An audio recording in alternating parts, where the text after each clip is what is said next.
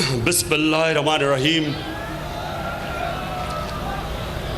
ایاک نعبد و ایاک نستعین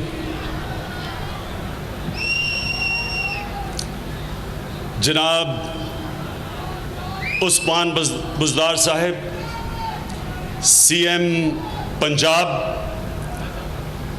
میں آپ کو اور بریگیڈیئر اعجاز شاہ صاحب آپ کو خاص طور پہ آج مبارک دیتا ہوں۔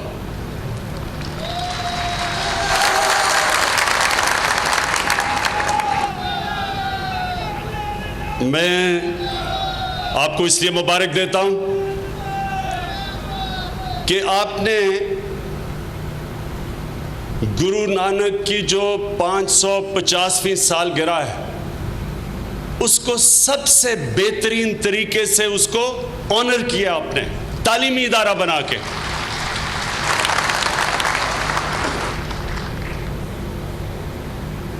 خواتین و حضرات،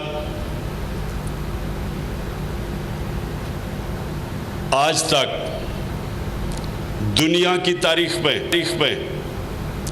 کوئی معاشرے نے ترقی نہیں کی تعلیم کے بغیر۔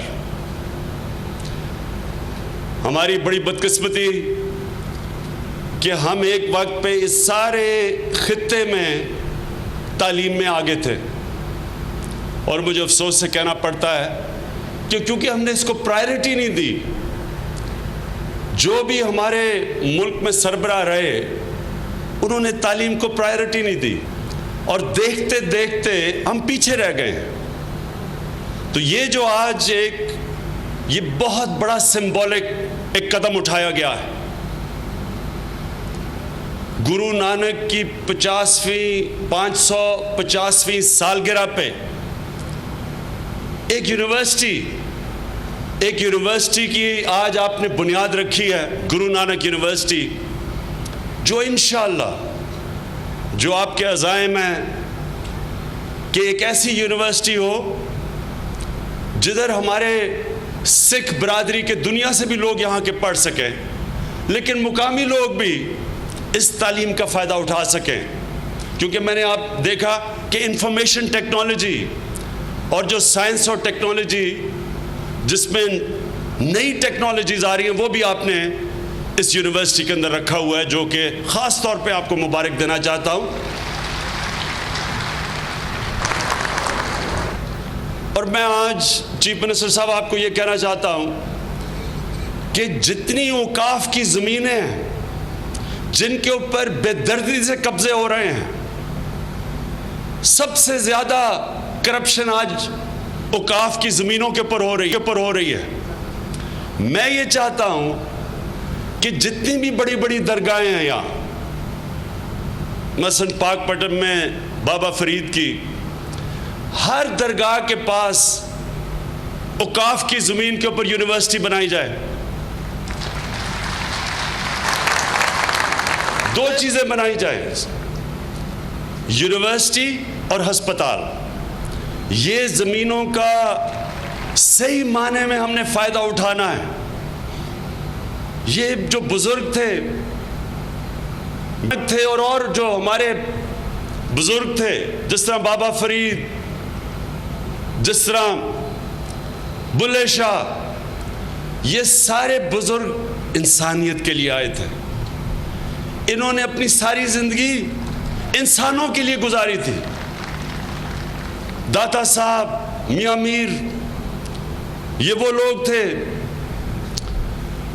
جو یہ اپنی زندگی کے مشن پہچانتے تھے کہ اللہ نے انسان کو دنیا میں بھیجا ایک ہی مقصد سے ہے، انسانیت کی خدمت کرنا، اور انہوں نے ساری زندگی انسانیوں کی خدمت کی۔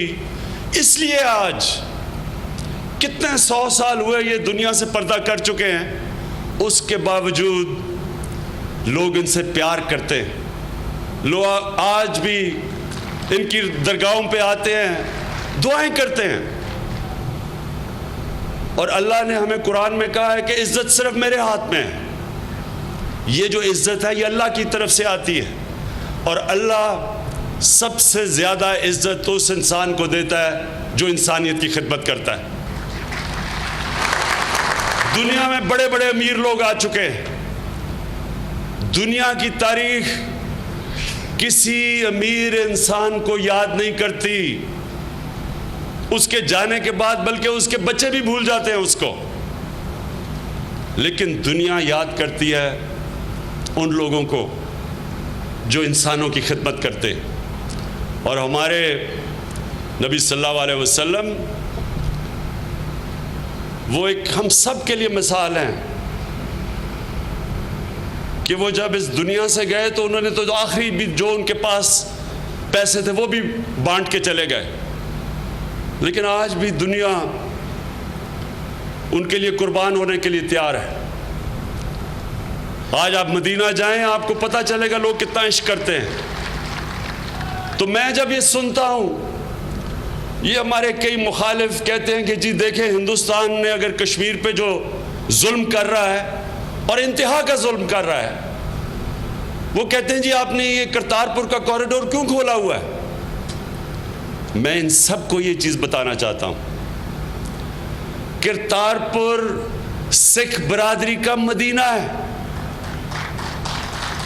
ننکانہ ان کا مکہ ہے.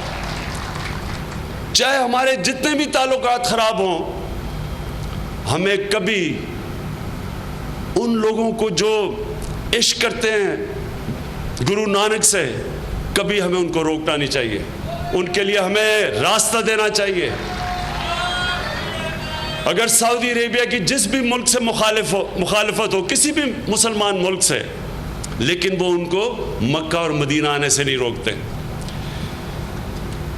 دوسری چیز کہ یہاں ایجوکیشن منسٹر بیٹھے ہیں، میں آج ان کو خراج تحسین پیش کرنا چاہتا ہوں کہ پہلی دفعہ پاکستان میں ہم نے یہ فیصلہ کیا ہے کہ جو مدرسے میں بچے پڑھتے ہیں یہ ہمارے بچے ہیں، اور ہم نے ان کو مین سٹریم کرنے کے لیے کہ دین کے علاوہ بھی اور ان کو سائنسز اور انجینئرنگ باقی ان کو ہم تعلیم دیں. ایک وقت پہ لوگوں کو یہ اس چیز کا علم نہیں، اگر آپ تاریخ اٹھا کے پڑھیں تو جو مدرسے تھے اس میں سب جایا پڑھتے تھے، یعنی سکھ بھی جاتے تھے، ہندو بھی جاتے تھے، مسیح برادری بھی جاتی تھی مدرسوں میں. کتاب پڑھیں، ایک بڑی زبردست کتاب ہے کہ جو مغل دور کا جو آخری وقت تھا، 1815 کے ارد گرد جب کتاب لکھی، اس کے اوپر تبصرہ کیا گیا کہ جو 2 دلی کے بڑے مدرسے تھے، ساری دلی کی اشرفیہ ان 2 مدرسوں میں جا کے پڑھتی تھی، چاہے وہ ہندو، سکھ، مسیح برادری ہو، سب پڑھتے تھے وہاں جا کے. اس کا مطلب اس کا ایجوکیشن سٹینڈرڈ اتنا اونچا تھا کہ لوگ ادھر جا کے پڑھتے تھے بجائے دلی کالج جو انگریزوں کا تھا. تو ہم نے بھی اپنے مدرسوں کو بھی سٹریم لائن کرنا ہے، ہم نے اپنا تعلیم کا نظام ٹھیک کرنا ہے کہ یہ عجیب سا سسٹم بنا ہوا ہے پاکستان میں، ایک طرف انگلش میڈیم چھوٹی سی ایلیٹ کے لیے، ایک طرف اردو میڈیم اور ایک طرف تیسری طرف دینی مدرسے. کسی ملک میں 3 مختلف پیرالل سسٹم نہیں چلتے.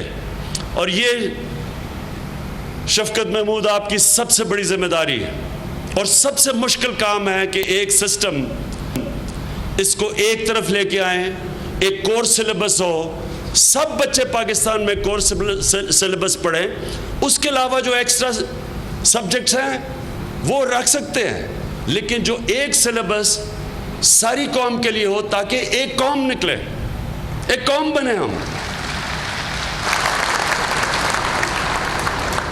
2 اور موضوع کے اوپر میں بات کرنا چاہتا ہوں آج اس تقریب کا فائدہ اٹھاتے ہوئے.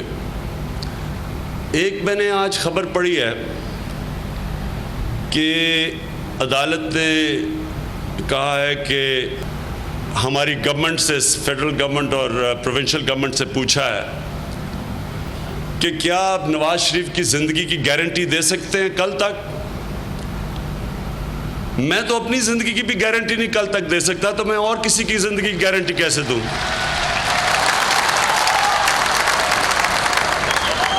ہمارے دین میں تو اللہ نے کہا ہے کہ زندگی موت اس کے ہاتھ میں ہے. انسان تو اپنی کوشش کر سکتا ہے, اور فیڈرل گورنمنٹ نے, خاص طور پہ پروونشل گورنمنٹ نے پوری اپنی کوشش کی ہے. ہم نے بیسٹ میڈیکل دیا ہے نواز شریف کو, میڈیکل کیئر, بہترین ڈاکٹرز کراچی سے ڈاکٹر لے کے آئے ہیں.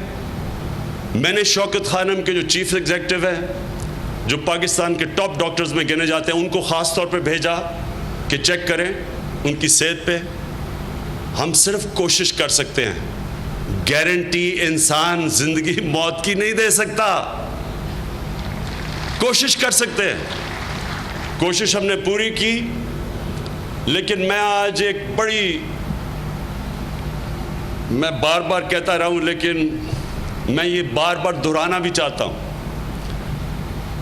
دیکھیں, ہم مدینہ کی ریاست کی کیوں بات کرتے ہیں؟ مدینہ کی ریاست کی اس لیے بات کرتے ہیں کہ یہ ہمارے نبی صلی اللہ علیہ وسلم کی سنت ہے. انہوں نے بنائی تھی, انہوں نے اصول بنائے تھے. اس اصولوں کے اوپر وہ جو ریاست کھڑی ہوئی تھی, اس سے دنیا کا عظیم سویلائزیشن تقریباً 1000 سال تک رہا تھا. تو وہ ایک کامیاب ریاست تھی, ایک کامیاب ماڈل تھا. اس لیے اللہ ہمیں کہتا ہے کہ ان کی زندگی سے سیکھو.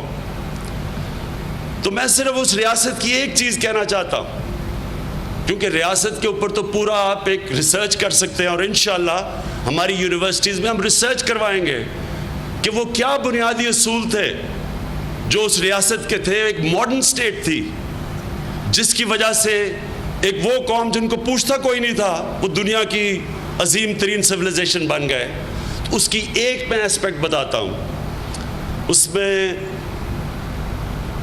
ہمارے نبی صلی اللہ علیہ وسلم نے کہا کہ اگر میری بیٹی بھی ہوئی, کیونکہ ایک قانون طاقتور کے لیے تھا اور دوسرا کمزور کے لیے تھا. یہ یاد رکھیں, کبھی ایک قوم بڑی قوم نہیں بن سکتی جس میں رول آف لا نہیں ہوتا, قانون کی بالادستی نہیں ہوتی, جس میں طاقتور اور کمزور ایک ہی طرح عدالت نہیں دیکھتی. یہ جو ہم ایک طبقاتی قانون پاکستان میں لے آئے ہیں, طاقتور کے لیے ایک VIP سسٹم بنا ہوا ہے, دوسروں کے لیے بنیادی ضروریات نہیں ہے. یہ سب سے بڑی وجہ ہے کہ اللہ کی برکت ہماری قوم پہ نہیں آتی. انسانیت کا نظام یہ کہتا ہے کہ انسانوں کو ایک ہی طرح دیکھو, اور یہ ہماری سب سے بڑی سٹرگل ہے.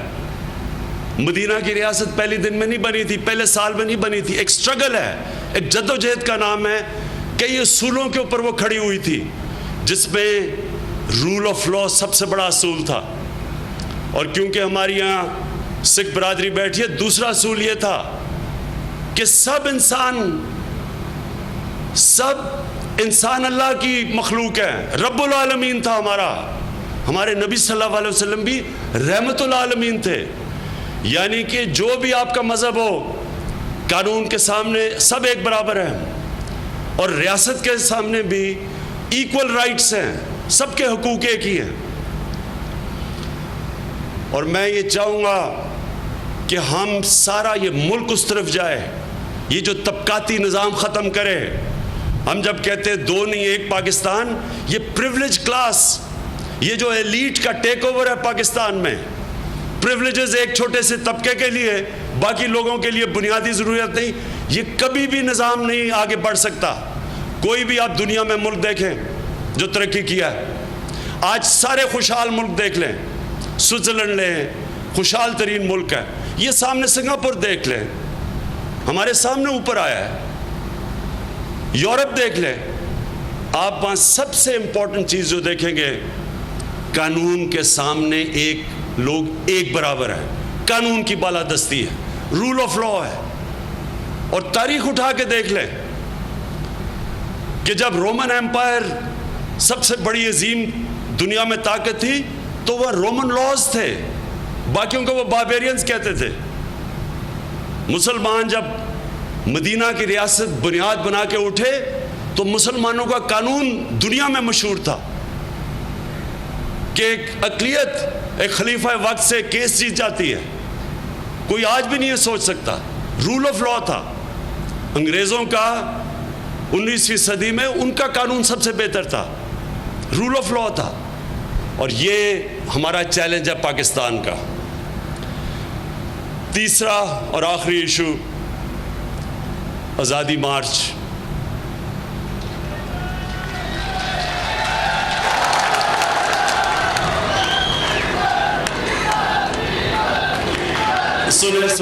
سنیں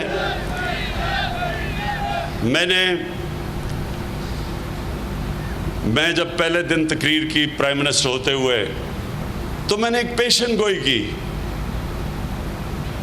اور وہ مجھے کوئی اتنا عقل مند ہونے کی ضرورت نہیں تھی یہ پیشن گوئی کرنے پہ، کہ ایک وقت آئے گا سارا پاکستان کا کرپٹ، جو بھی ہمارا کرپٹ ایلیمنٹ ہے، یہ سب اکٹھے ہو جائیں گے۔ ابھی بھی اٹھا کے دیکھ لیں، میں نے پہلے دن تقریر کی تھی، دیکھیں پہلے چارٹر آف ڈیموکریسی سائن کرو، آپس میں مکمکہ کرو، مل کے ملک کو لوٹو، 4 گنا قرضہ ملک کا 10 سالوں میں بڑھا دو، 6,000 ارب سے 30,000 ارب پہ ملک کا قرضہ لے جاؤ۔ ہماری حکومت آئے تو پہلے سال میں جتنا ہم نے ٹیکس اکٹھا کیا، آدھا ٹیکس ان کے لیے ہوئے قرضوں کی قسطیں ادا کرنے میں چلا گیا، آدھا ٹیکس،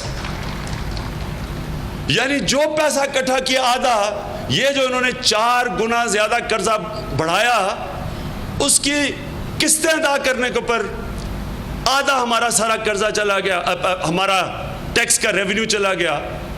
تو ملک چلانے میں کدھر پیسہ رہنا تھا؟ اور ان سب کو پتا تھا کہ یہ ملک کو کنگال کر کے چھوڑ کے گئے ہیں۔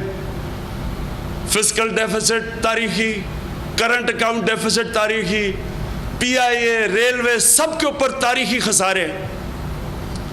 تو اس کے بعد پہلے دن سے ہی شروع ہو گیا کہ جی حکومت فیل ہو گئی ہے، پہلے دن سے شور مچا دیا سب نے مل کے کہ حکومت فیل ہو گئی ہے۔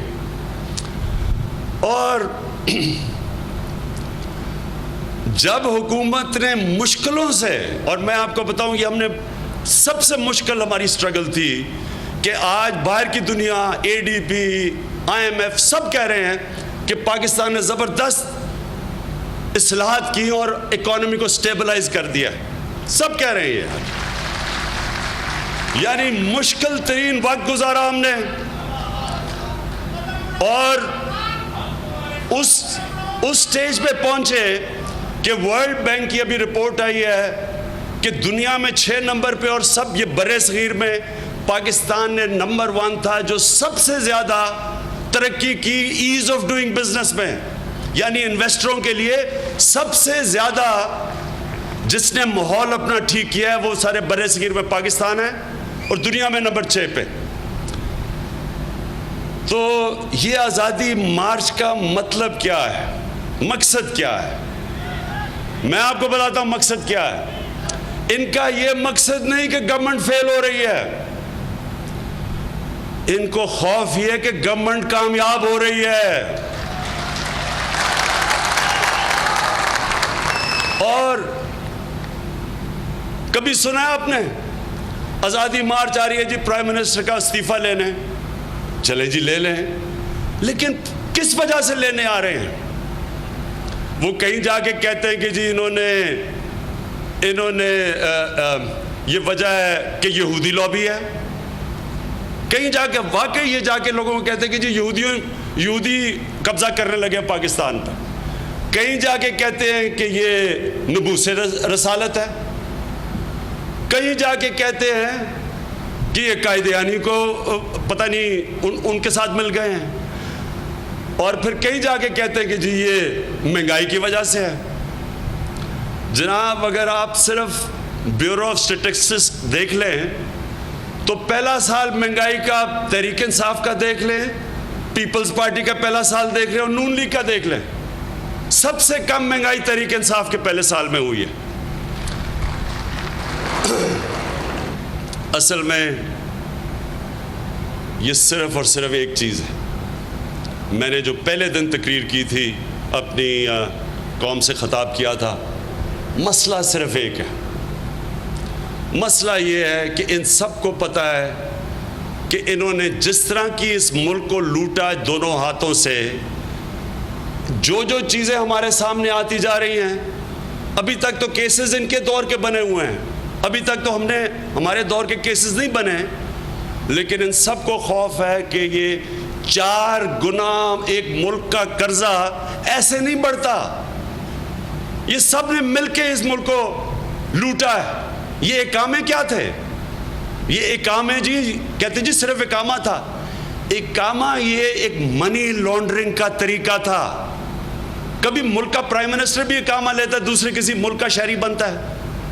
کبھی ملک کا پرائم منسٹر کسی دوسرے ملک کی کمپنی کی ملازمت کبھی سنا کی ہے؟ وہ فورن منسٹر بھی ملازم، کوئی انٹیریئر منسٹر بھی دوسرے ملکوں کے ملازم، دوسرے ملک کے شہری بنے ہوئے ہیں. یہ طریقہ تھا یہاں سے پیسہ چوری کر کے لانڈر کر کے باہر لے کے جانے کا. کیونکہ جب آپ اقامہ لے لیتے ہیں تو ہم جب ریکارڈ مانگتے ہیں پاکستانیوں کا کہ جی بتائیں دبئی میں کتنا پیسہ پڑا ہے، سوئٹزرلینڈ میں، تو اگر ان کے پاس اقامہ ہو تو وہ ہمیں ریکارڈ نہیں ملتا. یہ وہاں کے شہری سمجھے جاتے ہیں، یہ پاکستانی شہری نہیں سمجھے جاتے. تو ڈر یہ لگا ہوا ہے کہ آہستہ آہستہ حکومت پہنچ رہی ہے، اور اس لیے یہ ایک بلیک میل کرنے کا طریقہ سب اکٹھے ہو کے. میں آج سب کو ایک پیغام دینا چاہتا ہوں، چاہے آپ سارے اکٹھے ہو کے یہ مارچ کریں، چاہے آپ نے جو مرضی اور بلیک میل کرنے کی طریقہ کرنا ہے، یہ آج میرے سے سن لیں کہ جب تک میں زندہ ہوں آپ کو NRO نہیں ملنے لگا.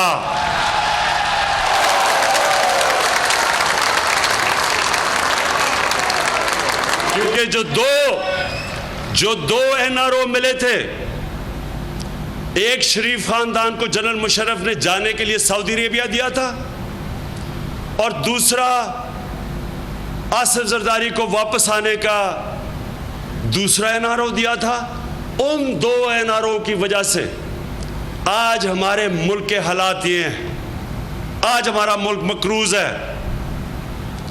آج جو لوگوں کا مہنگائی ہے وہ اس وجہ سے کہ یہاں سے پیسہ چوری کر کے باہر، پاکستان میں ڈالر زیادہ باہر گئے، اندر ڈالر کم آئے، بڑا خسارہ ہو گیا، روپیہ گر گیا. جب روپیہ گرا تو ساری چیزیں جو باہر سے منگائیں وہ مہنگی ہو گئی. بجلی مہنگی، تیل گیس مہنگا، ڈیزل مہنگا، ٹرانسپورٹ مہنگی، اور اس کی وجہ سے لوگوں کو تکلیف ہے. لیکن میں اپنی قوم کو آج آخر میں یہ بات کہہ کے جانا چاہتا ہوں کہ انشاءاللہ اللہ نے اس قوم کو جو دیا ہے، جس طرح کا اللہ کا شکر ہے کہ دنیا یہاں باہر سے بھی انویسٹمنٹ کا سوچ رہی ہے، اور ہم نے اپنے پاکستان میں انویسٹرز کے بھی لیے آسانیاں پیدا کرتے جا رہے ہیں. تاجر ہمارے جو کبھی ٹیکس ریٹ میں نہیں آئے، اور میں تاجروں کو یہ کہنا چاہتا ہوں کوئی ملک ٹیکس کے بغیر نہیں چل سکتا. لیکن مجھے خوشی یہ ہے کہ تاجروں نے کہا کہ ہم فکس ٹیکس کے اوپر آنے کے لیے تیار ہیں، اور انشاءاللہ ان سے بھی ہماری بات اب ہو رہی ہے. میں آج آپ کو بتا رہا ہوں کہ آپ کے دیکھتے دیکھتے یہ قوم جو مشکل وقت ہم نے گزارا ہے پہلے 1 سال کا، اب انشاءاللہ آپ دیکھیں گے کہ یہ ملک تیزی سے آگے بڑھے گا.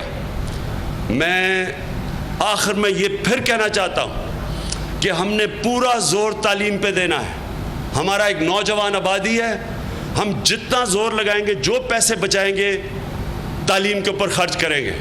یہ جو ہم نے گرو نانک یونیورسٹی کی آج سٹون لائنگ کیا ہے، اس کے ساتھ ساتھ میں پھر یہ کہنا چاہتا ہوں کہ ہم نے یہ فیصلہ کیا ہے کہ جتنے بھی اوقاف کی زمینیں ہیں اور بڑی بڑی درگاہوں کے پاس ہیں، ہم ہر کے اوپر انشاءاللہ تعلیمی ادارے بنائیں گے، یونیورسٹیز بنائیں گے، تاکہ ہمارا نوجوان اس کے اوپر اس کو ہم ویلیو ایڈ کریں، اور پاکستان ایک نالج اکانومی بنے. کیونکہ